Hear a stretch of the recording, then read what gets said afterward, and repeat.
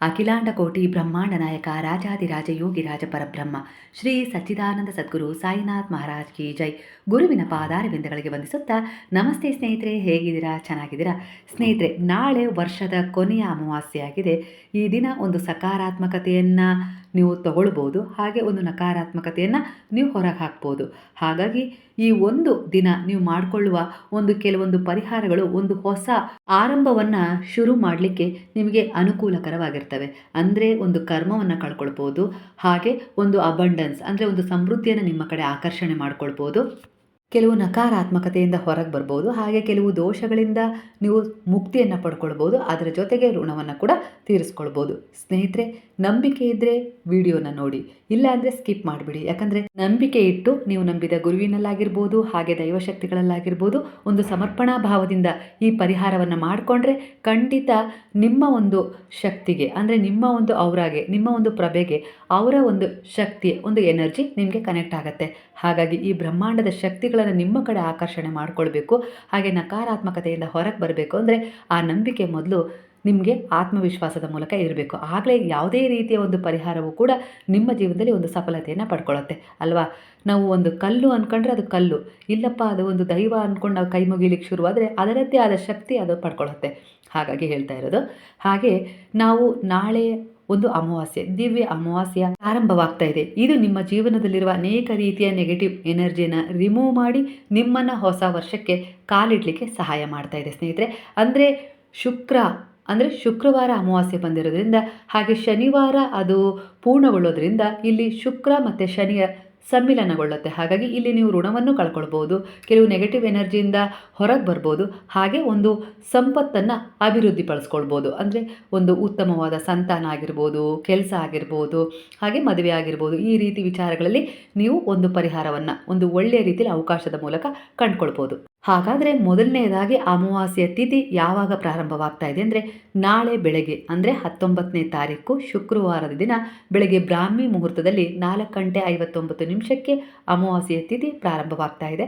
ಹಾಗೆ ಅದರ ಮಾರನೆಯ ದಿನ ಶನಿವಾರ 20ನೇ ತಾರೀಕು ಬೆಳಗ್ಗೆ 7:12 ಈ ಅಮಾವಾಸ್ಯೆಯ ತಿಥಿ ಮುಕ್ತಾಯವಾಗುತ್ತೆ. ಸಮಯ ತಿಳ್ಕೊಂಡ್ರಲ್ಲ?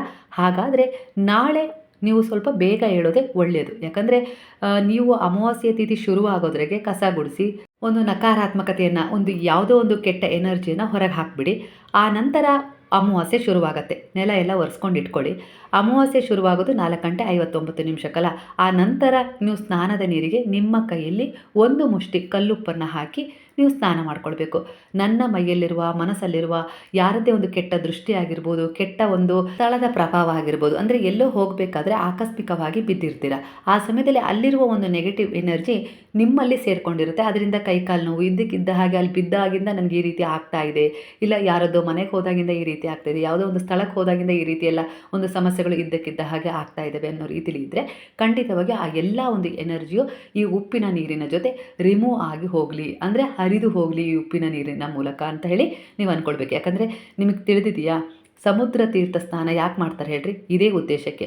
ಅದು ವೈಜ್ಞಾನಿಕವಾಗಿಯೂ ನಮಗೆ ಹೆಲ್ಪ್ ಮಾಡುತ್ತೆ, ಹಾಗೆ ಧಾರ್ಮಿಕವಾಗಿಯೂ ಅದು ನಮಗೆ ಎಲ್ಲ ರೀತಿಯಲ್ಲೂ ಒಂದು ಸಪೋರ್ಟ್ ಮಾಡಿ ಹೀಲ್ ಮಾಡುತ್ತೆ. ವೈಜ್ಞಾನಿಕವಾಗಿ ನಮ್ಮ ಮೇಲಿರುವ ಒಂದು ಸಣ್ಣ ಪುಟ್ಟ ಗಾಯಗಳಾಗಿರ್ಬೋದು, ಅಲರ್ಜಿ ಆಗಿರ್ಬೋದು, ಈ ರೀತಿ ಎಲ್ಲ ಅವುಗಳನ್ನು ನಿವಾರಣೆ ಮಾಡುತ್ತೆ. ಧಾರ್ಮಿಕವಾಗಿ ನಮ್ಮಲ್ಲಿರುವ ಈ ರೀತಿ ನೆಗೆಟಿವ್ ಎನರ್ಜಿಯನ್ನು ರಿಮೂವ್ ಮಾಡೋದ್ರ ಮೂಲಕ ನಮಗೆ ಸಹಾಯ ಮಾಡುತ್ತೆ. ಎರಡನೇದಾಗಿ ನೀವು ಪೂಜೆ ಮಾಡ್ತೀರಾ. ಸ್ನಾನ ಆದ ತಕ್ಷಣ ನೀವು ನಿಮ್ಮ ಕುಲದೇವರನ್ನು, ಇಷ್ಟ ದೇವರನ್ನು, ಗುರುವನ್ನು ಆರಾಧನೆ ಮಾಡಿ ಒಂದು ಪೂಜೆಯನ್ನು ಮಾಡ್ಕೊಳ್ಳಿ. ಆದಷ್ಟು ಬೇಗ, ಅಂದರೆ ಒಂದು 6 ಗಂಟೆ ಒಳಗೆ ಪೂಜೆ ಮಾಡಲಿಕ್ಕೆ ಪ್ರಯತ್ನ ಪಡಿ. ಹಾಗೆ ಯಾಕಂದರೆ ಬ್ರಾಹ್ಮಿ ಮುಹೂರ್ತದಲ್ಲೇ ಪೂಜೆ ಆಗಬೇಕು. ಯಾಕಂದರೆ ಇದು ಧನುರ್ಮಾಸ, ನಕ್ಷತ್ರಗಳು ಆಕಾಶದಲ್ಲಿ ಇರಬೇಕಾದ್ರೆ ನಾವು ಪೂಜೆ ಮಾಡಬೇಕು. ಅದರಲ್ಲೂ ನಮ್ಗೆ ಇಷ್ಟು ದಿನ ಟೈಮ್ ಸಿಗೋದಿಲ್ಲ ಅಂದರೆ ಖಂಡಿತ ಈ ಅಮಾವಾಸ್ಯೆ ದಿನನಾದರೂ ಅದನ್ನು ಮಾಡ್ಕೊಳ್ಳೋಕ್ಕೆ ಆದಷ್ಟು ಪ್ರಯತ್ನ ಪಡಿ.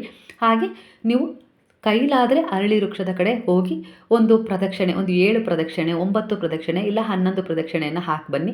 ಕೈಲಾದರೆ ಶುದ್ಧವಾದ ಒಂದು ನೀರಿಗೆ ಚಿಟಿಕೆ ಅರಿಶಿನವನ್ನು ಒಯ್ದು ಆ ಗಿಡಕ್ಕೆ ಹಾಕಿ, ಮುಟ್ಟಬಾರ್ದು ಗಿಡವನ್ನು, ಹಾಗೆ ದೂರದಿಂದನೇ ಆ ಗಿಡದ ಬುಡಕ್ಕೆ ಹಾಕಿ ಒಂದು ಪ್ರಾರ್ಥನೆ ಮಾಡಿಕೊಂಡು ಸುತ್ತ ಹರಿದು ಬನ್ನಿ. ಆದರೆ ತುಪ್ಪದ ದೀಪವನ್ನು ಬೆಳಗಿಸಿ ಖಂಡಿತ ಮಾಡ್ಕೊಳ್ಳಿ. ಏನೂ ಆಗಲಿಲ್ಲಪ್ಪ ಅಂದರೆ ಹಾಗೆ ಹೋಗಿ ಅದನ್ನು ಒಂದು ಪ್ರದಕ್ಷಿಣೆ ಹಾಕಿ ನಿಮ್ಮ ಒಂದು ಪ್ರಾರ್ಥನೆಯನ್ನು ಸಲ್ಲಿಸಿ ಬರುವುದನ್ನು ಮರಿಬೇಡ್ರಿ. ನಾಳೆ ದಿನ ಇದು ಅತ್ಯಂತ ವಿಶೇಷವಾದ ಒಂದು ಬೆಳಗಿನ ಒಂದು ಹೊಸ ಆರಂಭವನ್ನು ಮಾಡಿಸುತ್ತೆ. ಅದರ ಜೊತೆಗೆ ಹೊಸ ಒಂದು ವರ್ಷದ ಆರಂಭವನ್ನು ಕೂಡ ನಿಮಗೆ ಮಾಡಿಸುತ್ತೆ. ನಮಗೆ ಹೋಗ್ಲಿಕ್ಕೆ ಆಗೋದಿಲ್ಲ, ನಾವು ಸಿಟಿಯಲ್ಲಿದ್ದೀವಿ, ತುಂಬ ದೂರ ಇರುತ್ತೆ, ಹಾಗಾಗಿ ಆ ಸಮಯದಲ್ಲಿ ಹೋಗಲಿಕ್ಕೆ ಆಗೋದಿಲ್ಲ ಅಂದರು ಖಂಡಿತವಾಗಿಯೂ ನೀವು ನಾಳೆ ಮಾತ್ರ ಬ್ರಾಹ್ಮಿ ಮುಹೂರ್ತದಲ್ಲೇ ನೀವು ಪೂಜೆ ಮಾಡ್ಕೊಳ್ಬೇಕು. ಅಂದರೆ ಆಕಾಶದಲ್ಲಿ ನಕ್ಷತ್ರಗಳು ಇರುವಾಗಲೇ ನೀವು ಮನೆಯಲ್ಲೇ ಕೂಡ ಪೂಜೆ ಮಾಡಿಕೊಂಡು ಆ ಒಂದು ಮರವನ್ನು, ದಿವ್ಯ ಮರವನ್ನು ಸ್ಮರಣೆ ಮಾಡಿಕೊಂಡು ನೀವು ನಿಮ್ಮ ಮನೆಯಲ್ಲೇ ಒಂದು ಪ್ರದಕ್ಷಿಣೆ ಹಾಕಿ ನಮಸ್ಕಾರ ಮಾಡ್ಕೊಳ್ಳಿ. ಖಂಡಿತವಾಗಿಯೂ ನಿಮ್ಮ ಒಂದು ಸಮರ್ಪಣಾ ಭಾವಕ್ಕೆ ಭಗವಂತ ಖಂಡಿತವಾಗಿಯೂ ಪ್ರಸನ್ನರಾಗ್ತಾರೆ. ಸ್ನೇಹಿತರೆ, ಈ ರೀತಿ ಪರಿಹಾರ ಮಾಡ್ಕೊಳ್ಳಿ. 2 ಪರಿಹಾರ ಆಯಿತಾ. 3ನೇ ಪರಿಹಾರ ಏನಪ್ಪ ಅಂದರೆ, ನಿಮ್ಮ ಕೈಯಾರೆ ಸ್ವಲ್ಪ ಗೋಧಿ ಹಿಟ್ಟನ್ನು ಕಲಸಿ 2 ಚಪಾತಿಗಳನ್ನು ಮಾಡಿ ಅದಕ್ಕೆ ಸ್ವಲ್ಪ ತುಪ್ಪವನ್ನು ಸವರಿ, ತುಪ್ಪ ಇಲ್ಲ ಅಂದರೆ ಸ್ವಲ್ಪ ಬೆಲ್ಲವನ್ನು ಅದರ ಜೊತೆಗಿಡಿ. ಈ 3ನ್ನು ಸೇರಿಸಿ ಒಂದು ಹಸುವಿಗೆ ತಿನ್ನಿಸ್ಬೇಕು. ಹಾಗೆ ಒಂದು ಚಪಾತಿಯನ್ನು ನಾಯಿಗೆ ತಿನ್ನಿಸ್ಬೇಕು. ನಾಯಿ ಚಪಾತಿ ತಿನ್ನೋದಿಲ್ಲ ಅಂದರೆ ಅನ್ನವನ್ನೇ ತಿನ್ನಿಸಿ.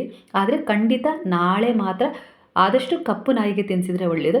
ಆ ನಾಯಿ ಸಿಗಲಿಲ್ಲ ಅಂತ ಹೇಳಿ ಬೇರೆ ನಾಯಿಗೆ ತಿನ್ನಿಸ್ಬಾರ್ದು ಅಂತ ಏನಿಲ್ಲ, ಬೇರೆ ನಾಯಿಗೂ ತಿನ್ನಿಸಿ. ಯಾಕಂದರೆ ನಾಳೆ ಕಾಲಭೈರವನ ಸ್ವರೂಪವಾಗಿ ಆ ನಾಯಿ ನಿಮ್ಮ ಅನೇಕ ರೀತಿಯ ಸಂಘರ್ಷಗಳನ್ನು, ಹೋರಾಟಗಳನ್ನು ಎಂಡ್ ಮಾಡುತ್ತೆ. ಹಾಗೆ ಸಾಯಿಬಾಬಾರವರ ಭಕ್ತರಾಗಿದ್ದರಿಂದ ನಾವು ಪ್ರಾಣಿ ಪಕ್ಷಿಗಳನ್ನು ಪ್ರೀತಿ ಮಾಡೋ ಅಭ್ಯಾಸವನ್ನು ಈಗಾಗಲೇ ಮಾಡ್ಕೊಂಡಿದ್ದೀವಲ್ವ, ಹಾಗಾಗಿ ಈ ಅಭ್ಯಾಸ ಮಾಡ್ಕೊಳ್ಳಿ. ಹಸುನೂ ಸಿಗಲಿಲ್ಲ, ನಾಯಿನೂ ಸಿಗಲಿಲ್ಲ, ಏನು ಮಾಡಬೇಕು ಅಲ್ವಾ? ಈ ಚಪಾತಿ, ಬೆಲ್ಲ ಮತ್ತು ತುಪ್ಪವನ್ನು ಹಚ್ಚಿರ್ತೀರಲ್ಲ, ಅದನ್ನು ಸಣ್ಣದಾಗಿ ಪುಡಿ ಮಾಡ್ಕೊಂಡು ಮಿಕ್ಸಿ ಜಾರಲ್ಲಿ ಅದನ್ನು ಯಾವುದಾದ್ರೂ ಮರದ ಬುಡಕ್ಕೆ, ಇರುವೆಗಳು, ಪಾರ್ಕ್ ಹತ್ರ ಇಂಥ ಓಡಾಡ್ತಾ ಇರ್ತಾವಲ್ವ, ಅವುಗಳಿಗೆ ಹಾಕಿರಿ. ಸಣ್ಣ ಕ್ರಿಮಿ ಕೀಟಗಳು ತಿನ್ನಲಿ.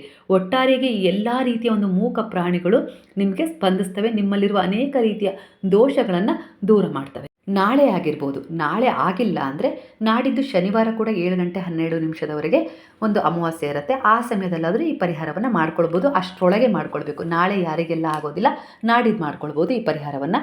ಆದರೆ ನಾಳೆ ನಿಮಗೆ ಇನ್ನೊಂದು 3ನೇ ಪರಿಹಾರ ಅಂದರೆ, ನಿಮ್ಮ ಒಂದು ಪಿತೃಗಳು ನಿಮ್ಮಿಂದ ಯಾವುದೋ ರೀತಿ ಒಂದು ಕೋಪಗೊಂಡಿದ್ದಾರೆ, ಇಲ್ಲ ಅವರಿದ್ದಾಗ ನೀವು ಅವರನ್ನು ಅರ್ಥ ಮಾಡ್ಕೊಳ್ದೆ ಎಲ್ಲೋ ಒಂದು ರೀತಿಯಲ್ಲಿ ಅವರ ನೋವಿಗೆ ಕಾರಣರಾಗಿದ್ದೀರಾ, ಇಲ್ಲ ಅಂದರೆ ಅವರದ್ದು ಯಾವುದೋ ಒಂದು ತಪ್ಪು ನಿಮ್ಮ ಜೀವನದಲ್ಲಿರುವ ಈಗಿನ ಕೆಲವು ಅಡೆತಡೆಗಳಿಗೆ ಕಾರಣವಾಗಿದೆ. ಅದು ಸಂತಾನಹೀನತೆ ಆಗಿರ್ಬೋದು, ಇಲ್ಲ ಒಂದು ಕೆಲಸದಲ್ಲಿ ಅಡೆತಡೆ, ಅಂದ್ಕೊಂಡಿರೋ ಕೆಲಸ ಆಗ್ತಾಯಿಲ್ಲ, ಕೋರ್ಟು ಕಚೇರಿ ಕೆಲಸದಲ್ಲಿ ಓಡಾಡ್ತಾ ಇದ್ದೀರಾ, ಅಲ್ದಾಡ್ತಾ ಇದ್ದೀರಾ, ಈ ಎಲ್ಲ ಒಂದು ಋಣಾತ್ಮಕವಾಗಿ ನಿಮ್ಮನ್ನು ಯಾವೆಲ್ಲ ಒಂದು ಸಮಸ್ಯೆಗಳು ಕಾಡ್ತಾ ಇದ್ವೋ ಅದಕ್ಕೆ ಇದೇ ಸೂಚನೆ ಸಿಗ್ತಾ ಇದೆ. ಅಂದರೆ ಅವರಿಗೆ ನೀವು ನೋವು ಮಾಡಿದರೂ ಆಯಿತು, ಇಲ್ಲಾಂದರೆ ಅವರೇ ಯಾರಿಗೋ ನೋವು ಕೊಟ್ಟು ಅದರ ಒಂದು ಪ್ರಭಾವ ನಿಮ್ಮ ಮೇಲೂ ಕೂಡ ಬಿದ್ದಿರುತ್ತೆ. ಯಾಕಂದರೆ ಪೂರ್ವಜರ ಆಶೀರ್ವಾದ ಮಾತ್ರ ನಿಮಗೆ ಸಿಗೋದಿಲ್ಲ. ಕೆಲವೊಂದು ಸಾರಿ ಅವ್ರು ಮಾಡಿದ ತಪ್ಪಿಗೂ ಕೂಡ ಕೆಲವೊಂದು ಸಾರಿ ನೀವು ಶಿಕ್ಷೆ ಅನುಭವಿಸಲೇಬೇಕಾಗತ್ತೆ. ಯಾಕಂದರೆ ಅದು ಕರ್ಮದ ಬಗ್ಗೆ ಹೇಳ್ತಾ ಹೋದರೆ ಅದ್ರ ಬಗ್ಗೆ ಎಲ್ಲ ಡೀಟೇಲ್ಸ್ ಆಗಿ ಹೇಳಬೇಕಾಗತ್ತೆ. ಯಾಕಂದರೆ ಅವರ DNA ನಿಮ್ಮ DNA ಮ್ಯಾಚ್ ಆಗ್ತಾ ಇರುತ್ತೆ. ಹಾಗಾಗಿ ಅವರ ಒಂದು ಪುಣ್ಯದ ಫಲವನ್ನು ನೀವು ತೊಗೊಳ್ತೀರಾ, ಹಾಗೆ ಅವರ ಒಂದು ಬ್ಯಾಡ್ ಕರ್ಮದ ಫಲವನ್ನು ಕೂಡ ನೀವು ತೊಗೊಳ್ಳೋಕ್ಕೆ ಸಾಧ್ಯತೆ ಇರುತ್ತೆ. ಹಾಗಾಗಿ ಹೇಳ್ತಾ ಇರೋದು. ಹಾಗಾಗಿ ಈ ದಿನ ನೀವು ಯಾವ ರೀತಿ ಒಂದು ಪ್ರಾರ್ಥನೆಯನ್ನು ಮಾಡ್ಕೊಳ್ಬೇಕು ಅಂದರೆ, ಒಂದು 1/4 kg ಎಳ್ಳು ಇಲ್ಲ ಒಂದು ಅರ್ಧ kg ಎಳ್ಳನ್ನು ತಗೊಳ್ಳಿ. ಕಪ್ಪು ಎಳ್ಳು ತೊಗೊಳ್ಬೇಕು. ಅದನ್ನು ತಂದು ಮನೆಯಲ್ಲಿ ಇಟ್ಕೊಳ್ಬೇಕು. ಇಟ್ಕೊಂಡು ನಂತರ ನಿಮಗೆ ನಾಳೆ ಆಗೋದಿಲ್ಲ ಅನಿಸುತ್ತೆ, ಯಾಕಂದರೆ ನಾನು ಈಗ ಈ ವಿಡಿಯೋ ಪೋಸ್ಟ್ ಮಾಡ್ತಾಯಿದ್ದೀನಿ. ಮನೆಯಲ್ಲಿದ್ದರೆ ಸರಿ, ಇಲ್ಲ ಅಂದರೆ ಶನಿವಾರ ಮಾಡ್ಕೊಳ್ಳಿ. ಶನಿವಾರ ಇನ್ನೂ ಒಳ್ಳೆಯದು, ಯಾಕಂದರೆ ಶನಿ ದೇವರಿಗೆ ಎಳ್ಳು ಅಂದರೆ ತುಂಬ ಇಷ್ಟ. ಆ ಸಮಯದಲ್ಲಿ ನೀವು ಎಳ್ಳನ್ನು ದಾನ ಮಾಡಿದರೆ ನಿಮಗೆ ಅವರ ಒಂದು ಪ್ರಸನ್ನತೆ ಸಿಗುತ್ತೆ.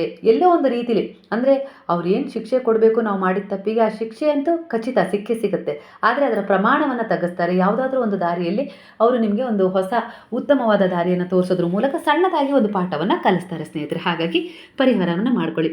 ಎಳ್ಳನ್ನು ಇಟ್ಕೊಂಡು ಕೈಯಲ್ಲಿ ನೀವು ದೇವರ ಹತ್ರ ಕೂತ್ಕೊಂಡು ನಿಮ್ಮ ಪಿತೃಗಳನ್ನು ಸ್ಮರಣೆ ಮಾಡ್ಕೊಳ್ಬೇಕು. ಅದು ದಕ್ಷಿಣ ಮುಖವಾಗಿ, ಅಂದರೆ ದಕ್ಷಿಣವನ್ನು ನೋಡಬೇಕು ನಿಮ್ಮ ಮುಖ. ಆ ರೀತಿ ಕೂತ್ಕೊಂಡು ನಿಮ್ಮ ಪಿತೃಗಳಿಗೋಸ್ಕರನೇ ಪ್ರಾರ್ಥನೆ ಮಾಡ್ಕೊಳ್ಳಿ. ನೀವು TV ಹಾಲಲ್ಲಾದರೂ ಮಾಡ್ಕೊಳ್ಳಿ, ಇಲ್ಲ ಅಂದರೆ ದೇವರ ಕೋಣೆಯಲ್ಲೇ ನೀವು ದಕ್ಷಿಣ ದಿಕ್ಕಿಗೆ ತಿರುಗಿ ಕೂತ್ಕೊಂಡು ಒಂದು ಮಣೆ ಹಾಕ್ಕೊಂಡು ಕೂತ್ಕೊಂಡು ನಿಮ್ಮ ಪಿತೃಗಳನ್ನು, ನಿಮ್ಮ ಅಪ್ಪ, ಅಮ್ಮ, ಅಣ್ಣ ಯಾರಿದ್ದಾರೋ ನಿಮ್ಮ ವಂಶಸ್ಥರು ಯಾರಿಗಾದರೂ ಅವರು ಅನ್ಯಾಯ ಮಾಡಿದರೆ, ಇಲ್ಲ ನಿಮ್ಮಿಂದ ಅವರಿಗೇನಾದರೂ ಸಮಸ್ಯೆ ಆಗಿ ಈ ಒಂದು ನಿಮ್ಮ ಜೀವನದಲ್ಲಿ ಆಗ್ತಾ ಇರುವ ಸಮಸ್ಯೆಗಳಿಗೂ ಅದಕ್ಕೂ ಏನಾದರೂ ಲಿಂಕ್ ಇದೆ ಅಂದರೆ ಅದೆಲ್ಲವೂ ಇವತ್ತಿಗೆ ಸಮಾಪ್ತಿ ಆಗಬೇಕು. ಅದರಿಂದ ಆ ಋಣಬಾಧೆಯಿಂದ ನಾವು ಹೊರಗೆ ಬರಬೇಕು.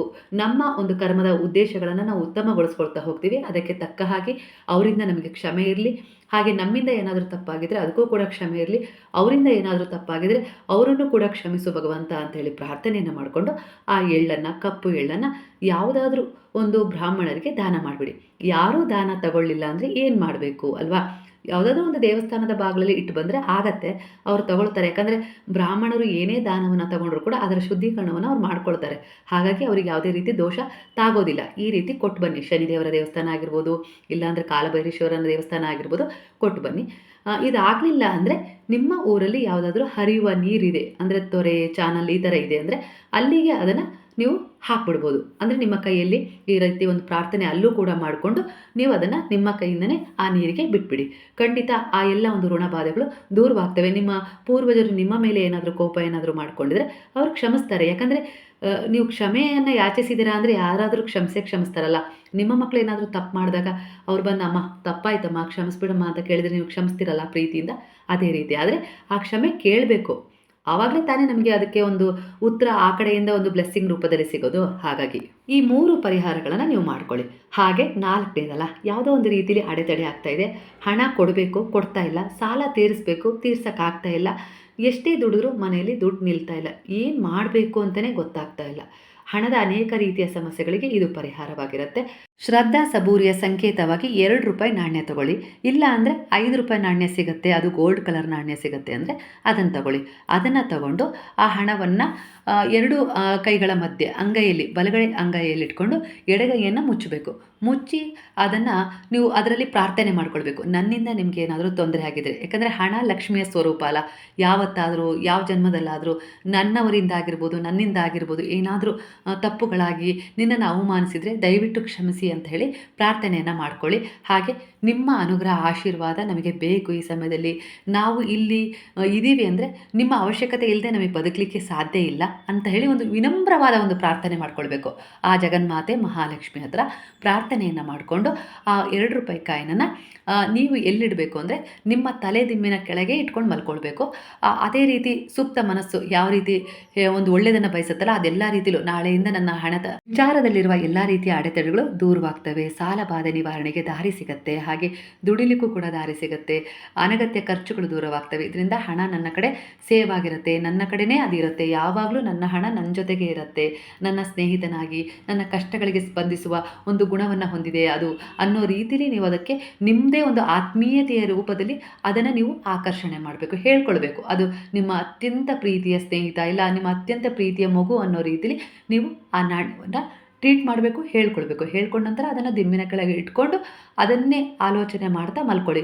ನಿಮ್ಗೆ ಯಾವ ರೀತಿ ಹಣ ಬರಬೇಕು, ಯಾವುದರಲ್ಲಿ ಅಡೆತಡೆ ಆಗಿದೆ, ಎಲ್ಲಿ ಸ್ಟ್ರಕ್ ಆಗಿದೆ, ಹಾಗೆ ಯಾವುದಾದ್ರೂ ಒಂದು ಏನು ಸಮಸ್ಯೆ ಆಗಿದೆ ಹಣದ ವಿಚಾರದಲ್ಲಿ ಅದೆಲ್ಲವನ್ನು ಹೇಳ್ಕೊಂಡು ಅದೆಲ್ಲವೂ ರಿಲೀಸ್ ಆಯಿತು. ಇಲ್ಲಿಗೆ ನಾಳೆಯಿಂದ ನನಗೆ ಎಲ್ಲ ಪರಿಪೂರ್ಣವಾಗಿ ಒಂದೊಂದೇ ಹೆಜ್ಜೆ ಒಳ್ಳೆಯದಾಗ್ತಾ ಹೋಗುತ್ತೆ, ನಾನು ಅಂದ್ಕೊಂಡಿರೋ ಎಲ್ಲ ಕೆಲಸದಲ್ಲಿ ನನಗೆ ಗೆಲುವು ಸಿಗ್ತಾ ಹೋಗುತ್ತೆ ಅಂತ ಹೇಳಿ ನೀವು ಪ್ರಾರ್ಥನೆ ಮಾಡಿಕೊಂಡು ಅದನ್ನು ಇಟ್ಕೊಂಡು ಮಲ್ಕೊಳ್ಳಿ. ನಂತರ ಬೆಳಗ್ಗೆ ಏನು ಮಾಡಬೇಕು, ಶನಿವಾರ ಆಗಿರುತ್ತೆ, ಬೆಳಗ್ಗೆ ಎದ್ದ ತಕ್ಷಣ ನೀವು ಕೈಕಾಲು ಮುಖ ಎಲ್ಲ ತೊಳ್ಕೊಳ್ತಿರಲ್ಲ ಆಗ, ಇಲ್ಲ ಎದ್ದು ಸ್ನಾನ ಮಾಡಿದರೂ ಒಳ್ಳೆಯದು. ಯಾಕಂದರೆ ಆವಾಗಲೂ ಕೂಡ ಅಮಾವಾಸ್ಯೆ ಇರುತ್ತೆ ಇನ್ನು ಅಲ್ವಾ, ಅಲ್ಲಿವರೆಗೂ ಆ ಕಾಯಿನನ್ನು ತೆಗೆದು ಒಂದು ಕಡೆ ಇಟ್ಟು ನಂತರ ಏನು ಮಾಡಬೇಕು ಅಂದರೆ ಅದನ್ನು ತುಳಸಿ ಗಿಡ ಇರುತ್ತೆ, ಇಲ್ಲಾಂದರೆ ನಿಮ್ಮ ಮನೇಲಿ ಯಾವುದಾದ್ರೂ ಒಂದು ಗಿಡ ಇದೆ, ಹಿಂದ್ಗಡೆ ಏನಾದರೂ ಮರ ಇದೆ, ಇಂಥ ಜಾಗ ಇದ್ದರೆ ಆ ಮಣ್ಣನ್ನು ಸ್ವಲ್ಪ ಜರಿಸಿ ಆ ಕಾಯಿನನ್ನು ಅದರಲ್ಲಿ ಹಾಕಿ ಮುಚ್ಚಿಬಿಡ್ಬೇಕು. ಆವಾಗಲೂ ಕೂಡ ಇದೇ ರೀತಿ ಪ್ರಾರ್ಥನೆ, ಇವತ್ತಿಗೆ ನನ್ನ ಎಲ್ಲ ರೀತಿಯ ಸಮಸ್ಯೆಗಳು, ಹಣದ ವಿಚಾರದಲ್ಲಿರುವ ಎಲ್ಲ ರೀತಿಯ ಸಮಸ್ಯೆಗಳು ದೂರವಾದವು ಅನ್ನೋ ರೀತಿಲಿ ನಿಮ್ಮ ಸಂದೇಶ ಆ ಬ್ರಹ್ಮಾಂಡಕ್ಕೆ ಹೋಗಿ ತಲುಪುತ್ತೆ. ಅಂದರೆ ನೀವು ನಂಬಿದ ಗುರುವಿಗಾಗಿರ್ಬೋದು, ದೇವರಿಗಾಗಿರ್ಬೋದು, ದೇವರು ಬ್ರಹ್ಮಾಂಡ ಬೇರೆ ಬೇರೆ ಅಲ್ಲ, ನಮ್ಮ ಆತ್ಮ ಪರಮಾತ್ಮನೂ ಬೇರೆ ಬೇರೆ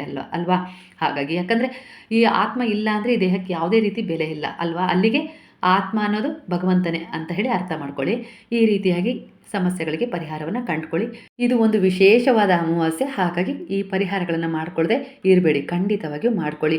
ಈ ಅಮಾವಾಸ್ಯೆ ಮಾಡ್ಕೊಳ್ಳೋಕೆ ಆಗ್ತಾ ಇಲ್ಲ, ನಾನು ಡೇಟ್ ಆಗಿದ್ದೀನಿ, ಏನು ಮಾಡಬೇಕು, ನೆಕ್ಸ್ಟ್ ಅಮಾವಾಸ್ಯೆ ಮಾಡ್ಕೊಳ್ಳಿ. ಅಮಾವಾಸ್ಯೆ ಅನ್ನೋದೇ ಒಂದು ತುಂಬ ಹೈ ಎನರ್ಜಿ ಇರುವ ದಿನ. ನಾನು ಅಮಾವಾಸ್ಯೆ ಬಗ್ಗೆ ಈಗಾಗಲೇ ತುಂಬ ವಿಡಿಯೋಗಳಲ್ಲಿ ನಾನು ಹೇಳಿದ್ದೀನಲ್ವ ಹಿಂದೆ ಕೂಡ. ಯಾಕಂದರೆ ಅಮಾವಾಸ್ಯೆ ದಿನ ನಾವು ಎಷ್ಟು ನಕಾರಾತ್ಮಕವಾಗಿ ಯೋಚಿಸ್ತೀವೋ ಆ ನಕಾರಾತ್ಮಕತೆ ನಮ್ಮನ್ನು ಆವರಿಸುತ್ತೆ. ಅಂದರೆ ಹೆದರಬಾರ್ದು, ಸಕಾರಾತ್ಮಕವಾಗಿ ಅದನ್ನು ಒಂದು ಭಗವಂತನ ಸೇವೆಗೆ ಸಮರ್ಪಣೆ ಮಾಡಿದಾಗ ಅಲ್ಲಿ ಅದರದ್ದೇ ಆದ ರೀತಿಯ ಒಂದು ಎನರ್ಜಿ ನಮಗೆ ಕನೆಕ್ಟ್ ಆಗುತ್ತೆ ಸ್ನೇಹಿತರೆ. ಹಾಗಾಗಿ ಈ ರೀತಿ ಮಾಡ್ಕೊಳ್ಳಿ. ಹಾಗೆ ನಾಳೆ ದಿನ ಶುಕ್ರವಾರ ಇದೆ, ಅಮಾವಾಸ್ಯೆ ದಿನ, ಈ ದಿನ ಅಳಬಾರ್ದು ಅಲ್ವಾ.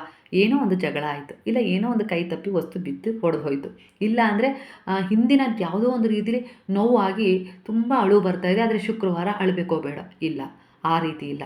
ಹಿಂದೆ ಯಾವುದೋ ರೀತಿಲಿ ಒಂದು ಮೋಸ ಆಗಿತ್ತು, ವಂಚನೆ ಆಗಿದೆ, ಇಲ್ಲ ಯಾರೋ ಮೋಸ ಕಣ್ಣಿಗೆ ಕಂಡು ಮಾಡಿಬಿಟ್ರು, ಅವರ ವಂಚನೆಗೆ ಗುರಿಯಾದೆ, ನನಗೆ ದುಃಖ ತಡಿಲಿಕ್ಕಾಗ್ತಿಲ್ಲ, ಆ ನೋವು ಯಾಕೋ ಪದೇ ಪದೇ ಈ ದಿನವೇ ಹೆಚ್ಚು ಕಾಡ್ತಾ ಇದೆ ಅಂದರೆ ನೀವು ಒಬ್ಬರೇ ಕುಳಿತು ಹತ್ಬಿಡಿ, ಎಷ್ಟಾಗುತ್ತೋ ಅಷ್ಟು ಹತ್ಬಿಡಿ. ಅಲ್ಲಿಗೆ ನಿಮ್ಮ ದೋಷಗಳಾಗಿರ್ಬೋದು, ಅವರ ಒಂದು ನಕಾರಾತ್ಮಕ ಭಾವ ನಿಮ್ಮ ಮೇಲೆ ಇಷ್ಟು ದಿನ ಹಿಡಿದಿಟ್ಟಿತ್ತಲ್ಲ ಅದೆಲ್ಲವೂ ರಿಮೂವ್ ಆಗ್ತಾ ಹೋಗುತ್ತೆ. ಅಳಿ ಅಂದರೆ ಅಮಾವಾಸ್ಯೆ ಶುಕ್ರವಾರ ಅಳಬಾರ್ದು, ಆದರೆ ಈ ದಿನ ಅತ್ತರೆ ತುಂಬ ಒಳ್ಳೆಯದು. ಅಂದರೆ ನಿಮ್ಮಲ್ಲಿರುವ ಒಂದು ಇಷ್ಟು ದಿನ ಹಿಡಿದಿಟ್ಕೊಂಡಿರುವ ಒಂದು ದೋಷ, ನೆಗೆಟಿವ್ ಎನರ್ಜಿ ಆಗಿರ್ಬೋದು, ಅವ್ರ ಬಗ್ಗೆ ಇರುವ ಒಂದು ವಿಚಾರ ಆಗಿರ್ಬೋದು, ಎಲ್ಲವೂ ಆ ಕಣ್ಣೀರಿನ ಮೂಲಕ ಹರಿದು ಹೋಗುತ್ತೆ. ನಿಮ್ಮ ಮನಸ್ಸು ಸಮಾಧಾನವಾಗುತ್ತೆ.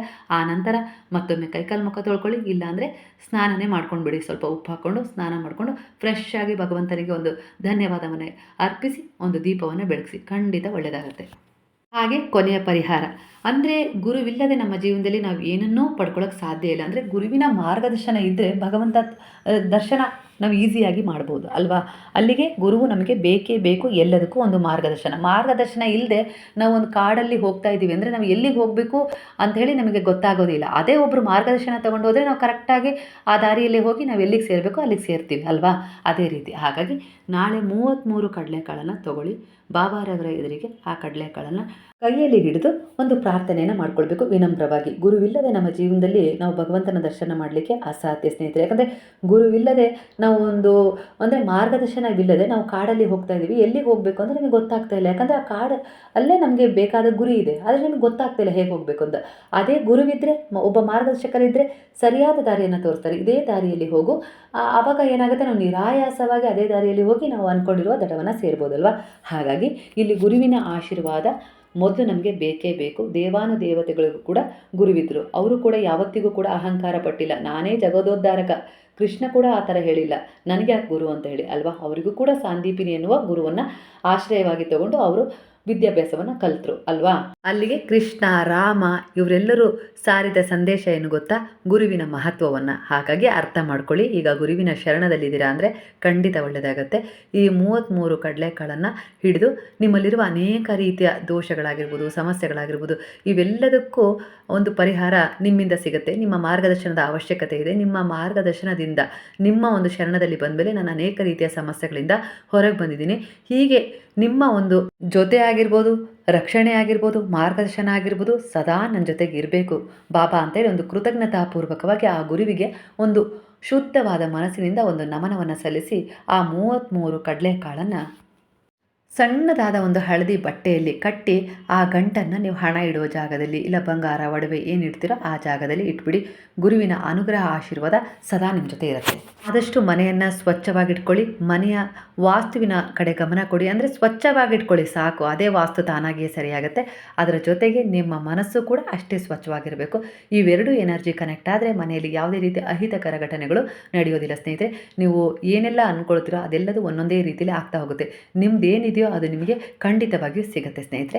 ಮಾಹಿತಿ ಇಷ್ಟವಾಗಿದೆ ಅಂತೇಳಿ ಅಂದ್ಕೊಳ್ತೀನಿ. ಇಷ್ಟವಾದರೆ ಸಾಯಿರಾಮ್ ಅಂತೇಳಿ ಕಮೆಂಟ್ ಮಾಡೋದನ್ನು ಮರಿಬೇಡಿ. ಹಾಗಾದರೆ ಎಲ್ಲರೂ ಸೇರಿ ಹೇಳೋಣವಾ, ಹರೇ ರಾಮ ರಾಮ ರಾಮ ಹರೇ ಹರೇ, ಹರೇ ಕೃಷ್ಣ ಕೃಷ್ಣ ಕೃಷ್ಣ ಹರೇ ಹರೇ, ಹರೇ ಸಾಯಿ ಸಾಯಿ ಸಾಯಿ ಹರೇ ಹರೇ, ಹರೇ ಬಾಬಾ ಬಾಬಾ ಬಾಬಾ ಹರೇ ಹರೇ, ಹರೇ ದತ್ತ ದತ್ತ ದತ್ತ ಹರೇ ಹರೇ.